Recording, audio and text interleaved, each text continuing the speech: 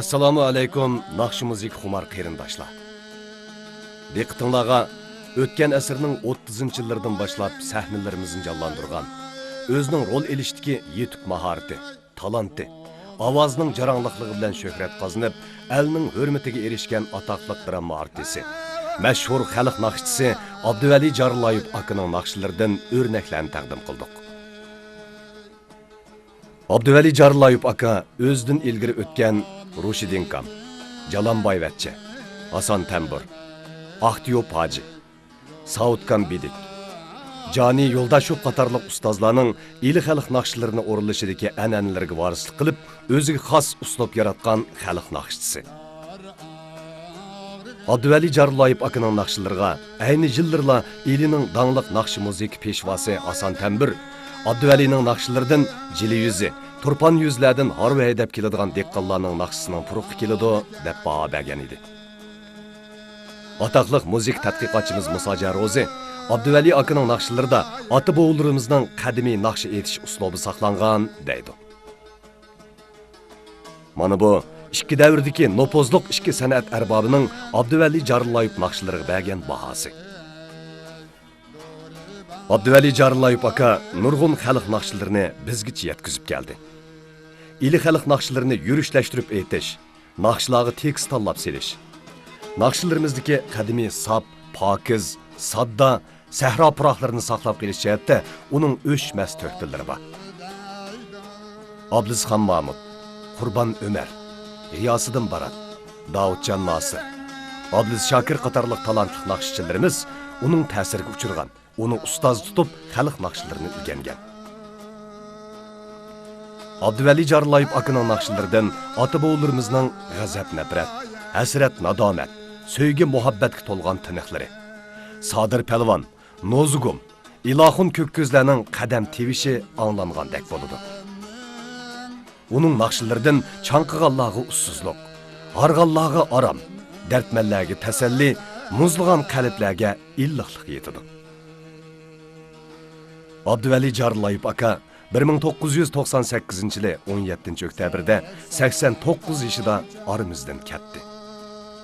Marhumning tavarruk naqshlari ilingan bu lenta bizning ko'ngil qo'yib anglashimizga, xotir qilib saqlab qo'yishimizga arziydi.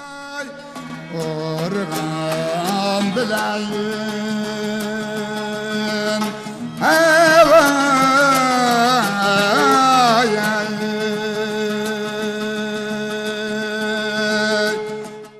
Hakikaten vaqtda mening rolim drama artisti bo'lgan. G'alib sanamda, Farhod she'rida, Leyli Majnunda, Qalliqdag'da, G'unchamda, masalan, boylarning o'tgan yig'inda o'sha drama kitoblardan hisoblashga vaqtda 40 drama kitobning bosh rolini. Bizim merhum dadam Abduvali Jarlayev tug'ilganligining 100 yilligi. Shu munosabat bilan bolalar maslahatlashib dadam aytgan bir qism naqshlardan bir DVD lensini ishlab, ko'pchilikka sovg'a qilishni loyiq ko'rdik. Ko'pchilikning yaxshi ko'rib ko'rishini umid qilamiz.